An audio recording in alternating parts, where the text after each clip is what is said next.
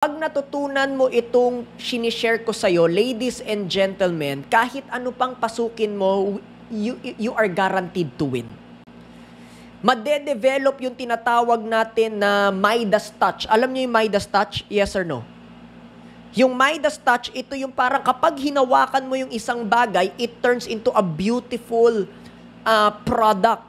Sabi nga, kaya siya tinawag na Midas touch, whatever you touch turns into gold. Sino dito gusto mo magkaroon ng parang ganon? Taas ang kamay. Para bang ikaw ay may Midas touch that whatever you do, it automatically turns into gold. No? I tell you, yan mismo ang pag-uusapan natin ngayong araw. Hi, this is Migs, and let's turn your situation to life coaching lessons.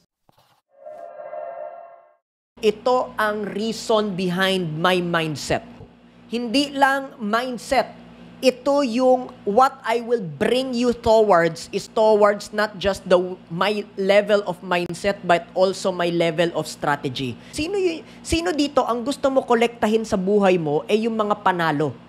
You want to collect as many victory stories as you can. Yes, I will guide you through the process that will allow you to win anything in life. Ay gusto ko makuha nyo yung tinatawag na proseso. Bakit importante itong tinatawag na process? Because here's the truth. Hindi naman yan pwedeng magic. Hindi naman yan pwedeng isipin mo ngayon, bukas mangyayari na agad. Sino dito gusto mo kumita ng marami at malaking pera? What I will share with you will allow you to generate such. However, I also want to make a disclaimer na kapag wala kang gagawin, walang mangyayari. Kapag wala kang babaguhin, walang magbabago. At kapag hindi ka kumilos, walang anything different na mangyayari sa buhay mo. So, klaro tayo doon, yes or no? So, i-clear ko lang yun kasi baka akalain nyo, itong isi-share ko sa inyo is parang magic. Okay, natutunan ko to kay Coach Migs tonight, bukas yayaman ako. You need to understand it will still entail a lot of things such as your hard work, such as your energy, such as your effort. Am I clear? Dalawa lang po ang ire-require nito before I even teach this to you. Okay lang po ba if I share with you anong ire-require nito sa inyo para mag-guarantee talaga yung iyong pagnalo sa buhay? Thumbs up if yes. Ito ang ire-require nito na gusto kong makuha nyo. Number 1, pakilagay sa chat box, everything is energy.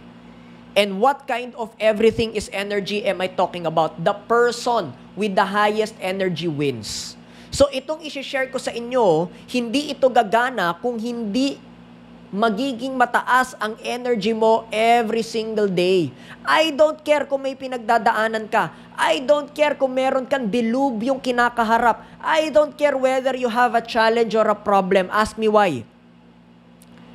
Having a down energy will never solve it. Having a victim mentality will never fix it. And being and acting depressed or being down will never make a way for you to have a beautiful life. So the first requirement here na gusto kong kunin nyo bago ko to i-share sa inyo is for you to understand the person with the highest energy wins. Paki-type sa chat box, highest energy. Or sa comment section, highest energy. The person with the highest energy wins. If you want to make this real in your life, kung gusto mong gumana itong i-share ko sa inyo, I need you to understand it will require for you to have the highest energy. Klaro po ba? That's number 1. Number 2 here is what I call continuous energy. Yung una, highest, mataas na enerhiya. Yung pangalawa, continuous na energy. Ask me why. Ang pagpanalo po sa buhay o sa ating negosyo or sa iyong career ay hindi lang base sa kung gaano ka kabilis or kagaling. Ito ay kung gaano mo kayang tumagal. Klaro po ba? Yung tunay na nagiging successful in our business, yung tunay na nagiging successful in our venture, ito yung mga tumatagal. Ito yung mga who's staying for the next 3 or more years. And I tell you, have I ever been wrong about this? No. Sabi ko nga, no, stay here for the next 3, 4, 5, or even more years, gaganda ang buhay mo. Pansinin nyo, yung mga nagstay dito 3 years and above, umayos ang buhay nila. Pansinin nyo, yung mga hindi umayos ang buhay, ni hindi umabot ng 3 taon, have sustaining the continuous and high energy that they had. Tama, mali? No? Especially yung mga matatagal na dito, Ken Iman, Sam Bruce. May mga tao na kayong nakita, may mga nakilala na kayong mga tao, and may mga people, you have seen people come and go, yes or no? People who have stayed here 3 years to 5 years and above, they're the ones who's, I would say, they're no longer in the struggling stage. And people who are continuously in the struggling stage, they did not even last long here with the same energy that they had for about 3 years. Tama, mali? Kaya nga, ang ganda nung sinabi ni Coach Luis dito, i-type nyo sa chat box, matira mayaman. When I say matira mayaman, ang ibig sabihin niyan, hindi lang pwedeng tumagal ka based on tenure. Klaro ba? Kailangan, tatagal ka with the same energy on how you started. Ulitin ko, tatagal ka with the same energy of how you started. So what I'm about to share with you, okay, are what I would say to be the 3 P's to win in life. Yan ang isi-share ko sa inyo, ladies and gentlemen. Pero, again, what I'm telling you right now, it will require one thing. Ano itong one thing na to, ladies and gentlemen, that is by understanding what? Kailangan ang ire-require niya high energy, and ang ire-require niya na letter B, continuous energy. Are you guys with me? Yes? All right. So, what's the first thing if you want to win in life, no? And when I say win in life, makaka-apekto to sa inyong negosyo, makaka-apekto to sa ating career, mas madadali ang buhay nyo at mas dadali at mas gaganda ang buhay nyo. Gusto nyo ba yon? Taas ang kamay if yes. So this is applicable to what? Anything and everything that you apply in your life. Are we clear? First thing here that I want you guys to get is, okay, is the word plan. Ano itong plan, ladies and gentlemen? Hindi po ako ume-enter sa isang bagay nang walang plano. Yes, I understand. I say yes and then I plan it later on. Yes, I understand kapag may opportunity dumating sa akin, oo lang ako ng oo, and then I will figure it out later on. Are you with me? Kasi sabi nga nila na maybe narinig nyo na in the past, kapag daw merong opportunity, just say yes and then figure it out afterwards. Narinig nyo na ba yon? Thumbs up if yes. Pero that doesn't mean, I need you guys to get this, that doesn't mean na just because you said yes and figure it out later on means that you will say yes but you will not figure it out. When I say yes to something, when I say yes to an opportunity, the very first thing na ginagawa ko, ladies and gentlemen, is plan. Are you with me? Tanong ko sa inyo, sino dito meron kang prospect na niluluto ngayon? Thumbs up. O, anong plano mo dyan? Baka ang plano mo lang dyan, mag-set ng appointment, mag-FP, mag-present, tapos maningil. Hindi plano yan, ladies and gentlemen. Ang tawag dyan, proposal, or ang tawag dyan, proseso. Pero, Why do I win and some of you don't? Ask me why. Thumbs up. Out of 10 people, the 9 people that you're with are also in the process. Ibig sabihin, sa 10 tao, 10 kayong may proseso. Tama, mali? 10 kayong nag-undergo ng sistema. Tama, mali? 10 kayong nagsisend ng proposal. Are you with me? 10 kayong nag-undergoing that process. But why is it that I win? Ask me why. Because I plan about winning. When all other 9 people are just undergoing the process, I do a lot of things na alam kong ako lang makapagbibigay that is in accordance to my plan so that I get to win it. Tanong ko sa'yo, what plan do you have so that you can win all of the prospects that you're working on? Am I just talking about sales? Yes or no? No. Gusto mong magpunta abroad? Anong plano mo para ma-ensure na makapag-abroad ka this year? Kasi ako, when I said yes to Dubai, nung January, nung sinabi ko, sige, magtayo tayo ng discovery sa Dubai, can I be honest with you? Thumbs up. The next thing I did, ginawan ko na agad ng plano. Ginawan ko na agad ng costing. Ginawan ko na, I check about my numbers already. I check about my expenses already. I already made a forecast on what do I need to do so that Dubai will happen next month. And based on result, it's happening sure na. Are you with me? Bakit? Kasi pinlano.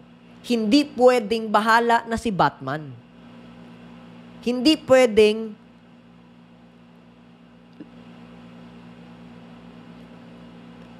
kung will ni Lord mangyayari.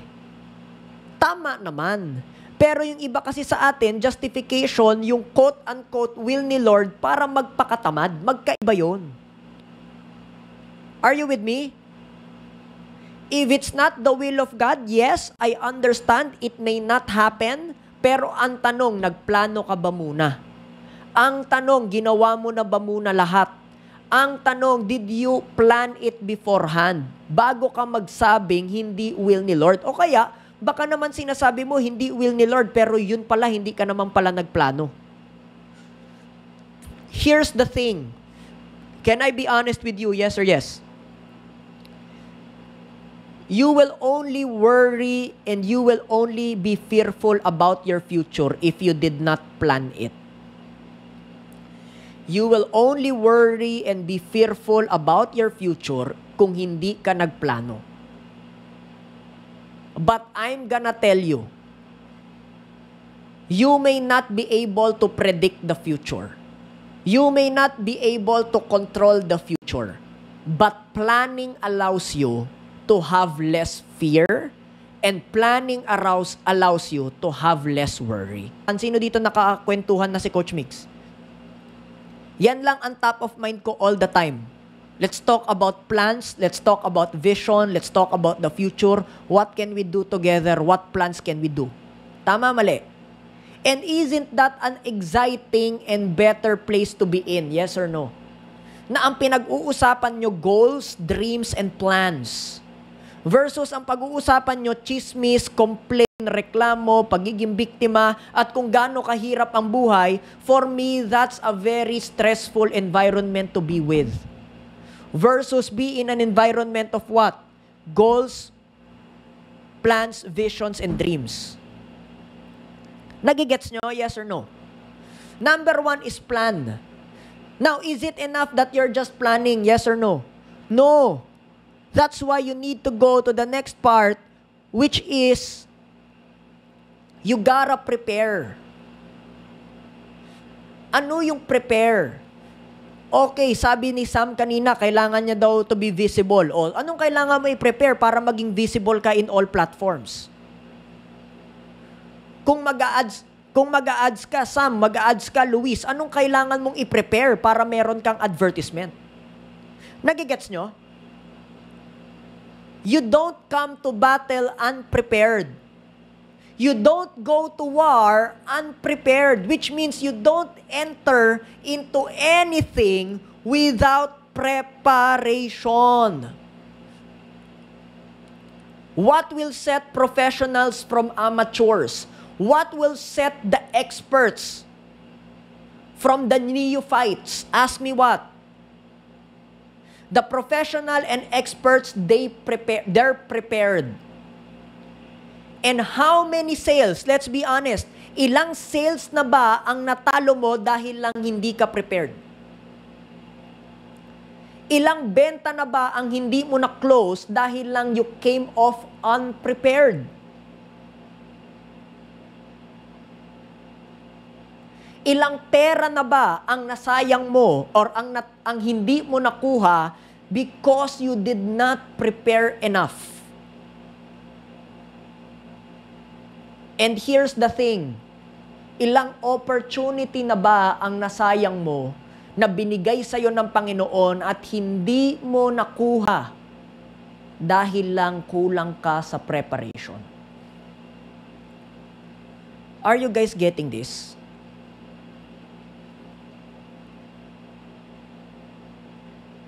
It's not enough that you just plan. You must also what?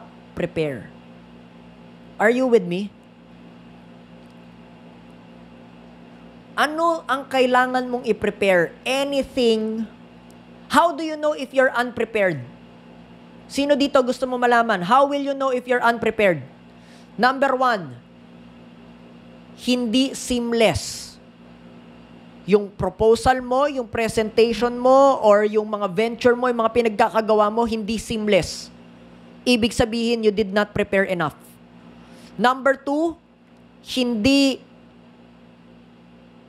flawless. Ano yung flawless? Maraming mali, maraming mistakes, maraming spots, maraming mapupuna. Anong ibig sabihin ng hindi flawless? Maraming napupuna.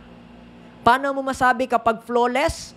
Walang napupuna. Are you with me? Number 1, hindi seamless.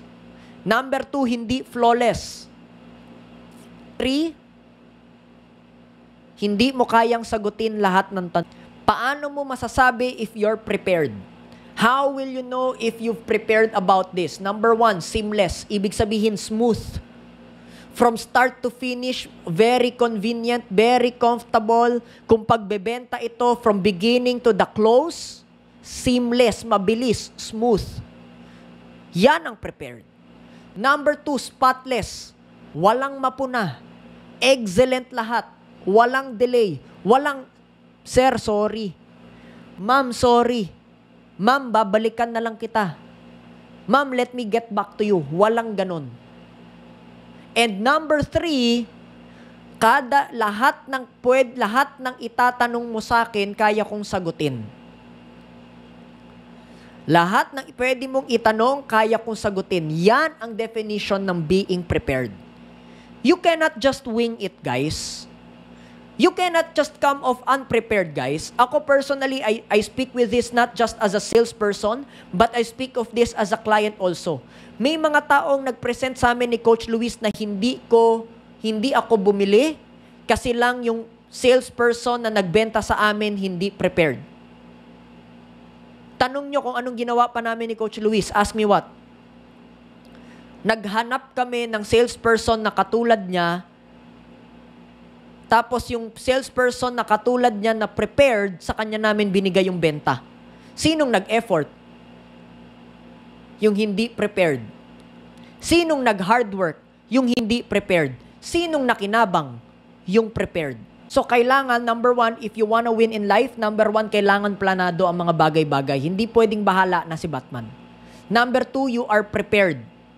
Anong ibig sabihin ng prepared? Kailangan before you enter the meeting, before you enter any endeavor, before you say yes, before you enter any opportunity that you said yes to, before you enter the appointment, before you enter the conversation, you did your homework, you came prepared. Are you with me? And last but not the least, you must be able to plant. This is a process. And just like any process in the world, just like any process in life, there is a season for everything. There is a season of planting, and there is a season of reaping. How will you guarantee that you can reap month after month after month? Ask me how. When you are planting month after month after month. So the question here is not about what do I want. The question here is what can I plant in our sense? What can I give so I can get what I want? Ulitin ko, it's not about what do I want or what do you want. It's all about what can you give so you can get what you want. Do you want to achieve your income goal? Yes or no? What can you give or what can you do to achieve your income goal? Ang tawag nga nila dito, this is what you call the giver's gain. Sino dito you wanna guarantee that you will win in your life all the time, every time? Taas ang kamay. You wanna guarantee that, yes? Here's my question for you guys. The only way to guarantee it is to overgive so much. Whatever seed you plant, whether mabuhay yung seed or mamatay yung seed, guaranteed ka makukuha mo yung gusto mo kasi napakaraming seed yung itinanim mo at ipinalago mo. Are you with me? So maybe my question for you guys here, what have you given so that you can get what you want? And have you given more than enough? Hindi lang pwedeng have you given enough. Bakit? Nasa prime kayo eh. Have you given more than enough so that what you want becomes a what? A small thing for others. If you're gonna ask me, I spend more time giving. I spend more time showing how credible I am, how reliable I am. How can I improve what we do? How can we be better at what we do and giving it to people such that when I ask, can everyone say the word ask? It becomes a small thing for my prospects. It becomes a small thing for my clients. It becomes a small thing for people. Are you guys with me?